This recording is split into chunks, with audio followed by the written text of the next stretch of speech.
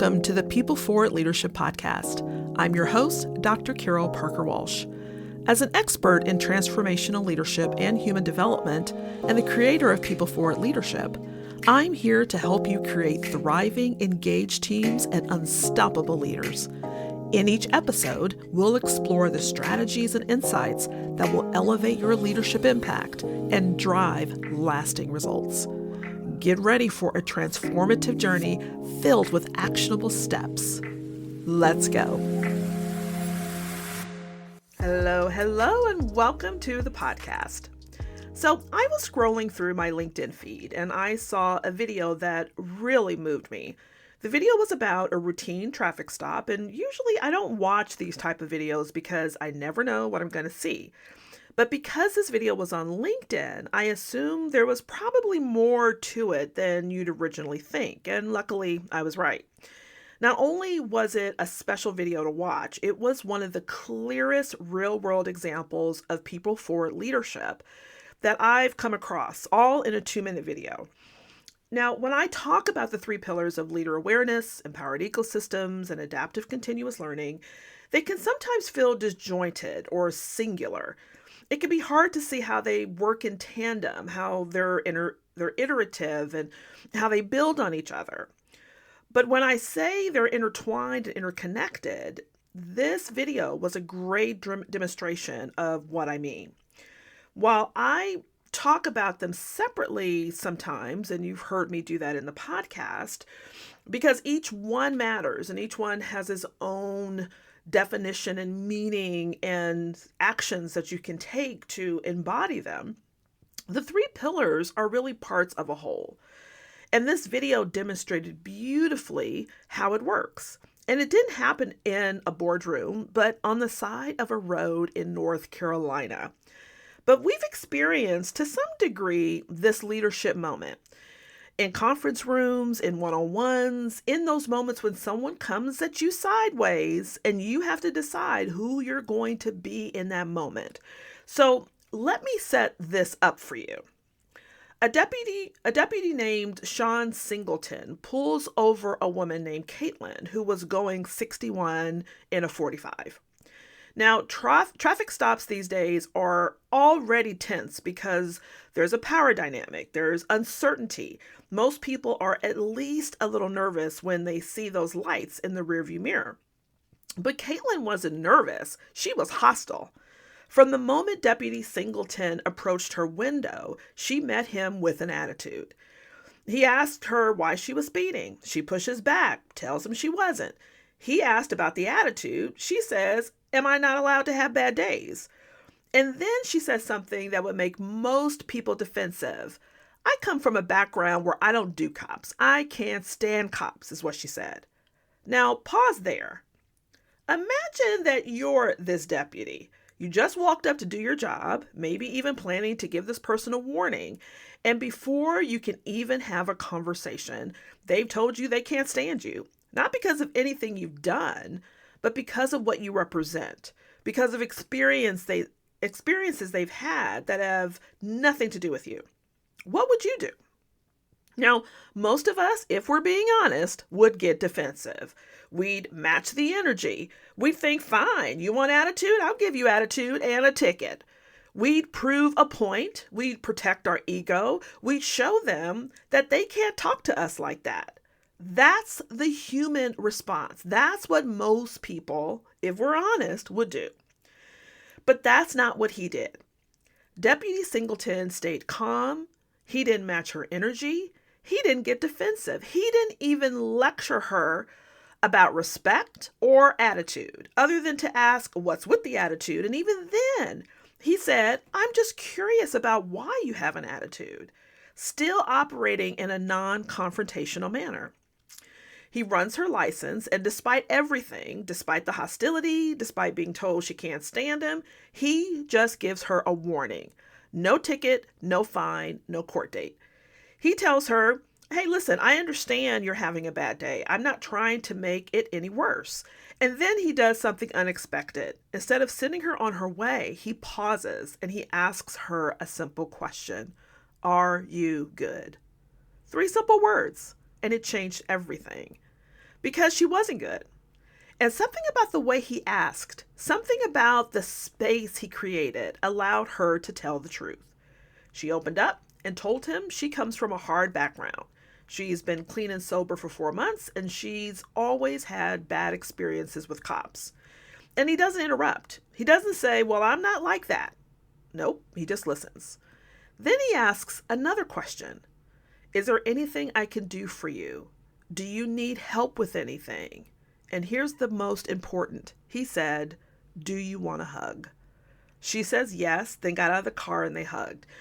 And as they're standing there on the side of the road hugging, she tells him, I've never hugged a cop before. I've only ever been put in handcuffs by them. She tells him that she moved to North Carolina to escape an abusive relationship. She left her 5-year-old son back in Maryland so she could get clean and try to get him back. And she admits that she was on her way to do something that wasn't in her best interest. That traffic stop may have saved her life.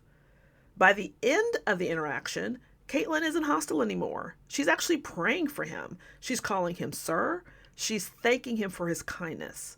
She went from, I don't do cops, to, I pray Jesus blesses you. All in 10 minutes. Now, fast forward 6 months later, she's 10 months sober. She's reunited with her son, and she brought that little boy to meet Deputy Singleton. She introduced him with these words. This is one of the guys that helped save my life. That's the video. I've linked it in the show notes, and I want you to watch it after this episode, and you'll see everything I'm describing. The calm, the questions, the shift, it's all there. But now I want to talk about what this means for you. Here's the thing I want you to notice. Deputy Singleton didn't take it personally. Someone told him to his face that they can't stand cops, that they can't stand him, essentially. But he didn't flinch. He didn't defend himself. He didn't make it about him. Because he understood something crucial, that her hostility wasn't about him. It was about her past, her pain, her story. This is one of the hardest things to do as a leader. When someone comes at you, whether it's an employee with an attitude, a colleague who's been difficult, a direct report who's resistant, your instinct is to take it personally, to get defensive, to think, why are you treating me like this? But most of the time, it's not about you. It's about what they're carrying, what they've experienced, what they're afraid of. Think about where this shows up in your world. Maybe you're walking into a union negotiation and they've already decided you're the enemy before you sit down. They're not responding to you. They're responding to every leader who came before you, every broken promise, every time they felt unheard. Maybe you're a new executive and you've inherited a team that was burned by your predecessor. They're guarded, skeptical, they're testing you. And it feels personal, but it's not. It's their protective mechanism. Maybe you're leading through a restructure or a merger and people are angry, they're scared, and you're the face of change they didn't ask for. They're not mad at you, they're mad at what you represent. Or maybe it's simpler than that. Maybe it's a team member who snaps at you in a meeting and your first thought is, what did I do? When really they're going through a divorce or dealing with a health scare or drowning in something they haven't told you about. When you can separate their emotions from your identity, when you can see what they're feeling without becoming it, you stay grounded. You become the calm in the chaos instead of adding to it. Now, this is what I mean when I talk about leader awareness, not just knowing yourself, but having the mastery over your own emotions and narrative that you don't get emotionally hijacked by someone else's. So I want you to ask yourself, when someone comes at you sideways, can you pause long enough to ask, what's this really about, instead of reacting to it? Because that pause could change everything. Now, the second thing I want you to notice is that he asked questions. He didn't tell her anything. He didn't say, you need to fix your attitude. He didn't say, you should be more respectful. He didn't give advice or lecture or explain why her worldview was wrong. He just asked, are you good? Is there anything I can do for you? Do you want a hug? And because he asked instead of told, she accessed something deeper than the surface level hostility she was experiencing in the moment. She got to the real truth, the sobriety, the abuse, the fear, the fight that she was in for her life. He didn't extract that from her. No, what he did was create space for it to emerge. Think about how this plays out in your leadership. You've got an employee who keeps missing deadlines, and your instinct is to tell him, you need to get it together, or maybe put him on a performance plan. But what if you asked first, help me understand what's getting in the way? What would make this easier? You might find out that they're overwhelmed because they're afraid to say no, or that they don't have the resources that they need, or maybe there's a bottleneck somewhere in the system that has nothing to do with their work ethic. Or say you're in a strategy meeting and someone pushes back on your idea, and they push back hard. And your instinct could be to defend it and explain why you're right or try to convince them. But what if you got curious instead? Maybe you ask, tell me more about your concerns. What are you seeing that I might be missing? You may learn something. Or they may talk themselves into agreement because you gave them space to process what's going on. Or think about a direct report who keeps coming to you with problems. Your instinct, especially when you're busy, especially when you've solved this before, is to just give them the answer. But what if you asked, what do you think is really going on here? What have you already considered? If you had to decide right now, what would you do? You'd be surprised by what people can solve when you stop solving things for them. Think about how different Deputy Singleton's interaction would have gone if he tried to fix her. If he said, look, I'm not like other cops. You shouldn't judge me based on your past experiences. Even if that's true, it would have shut her down. She would have gotten defensive, the wall would have stayed up, and he would have reinforced her beliefs. But he didn't try to convince her of anything. He just got curious.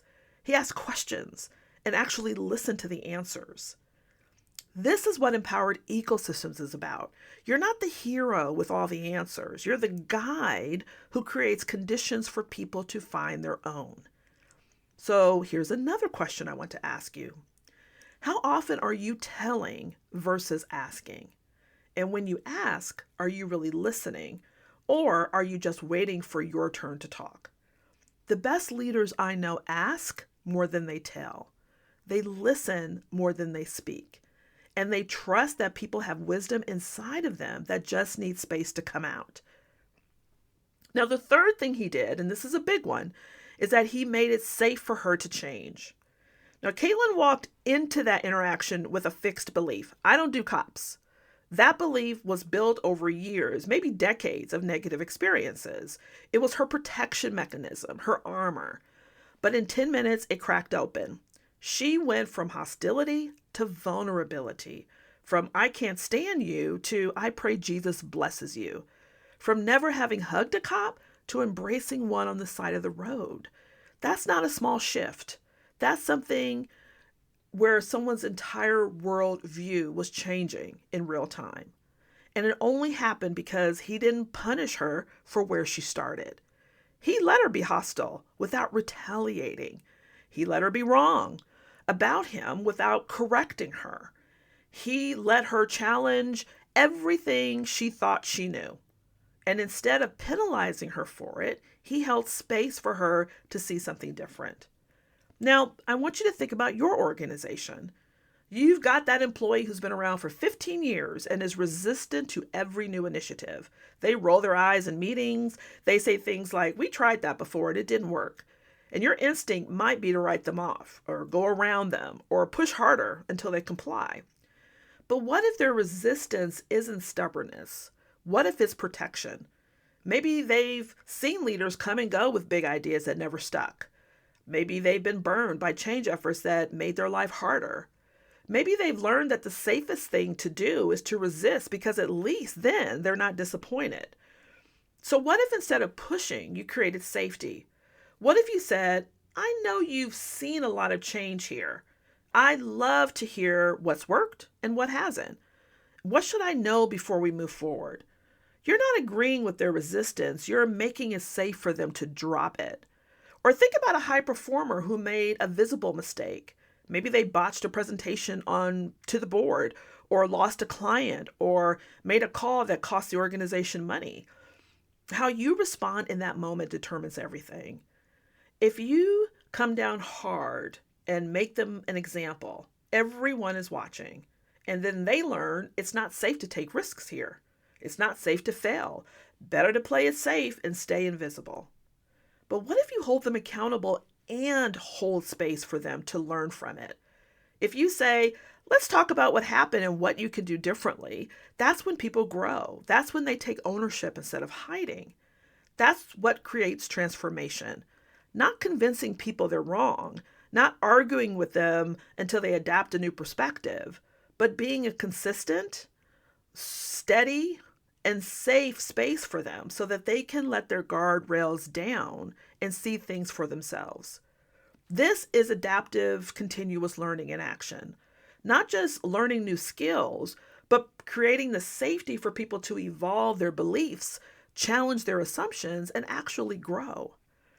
Listen, when you create safe spaces for your people, it may feel messy and uncomfortable at first. Someone might push back. They might be hostile. They might give you every reason to write them off.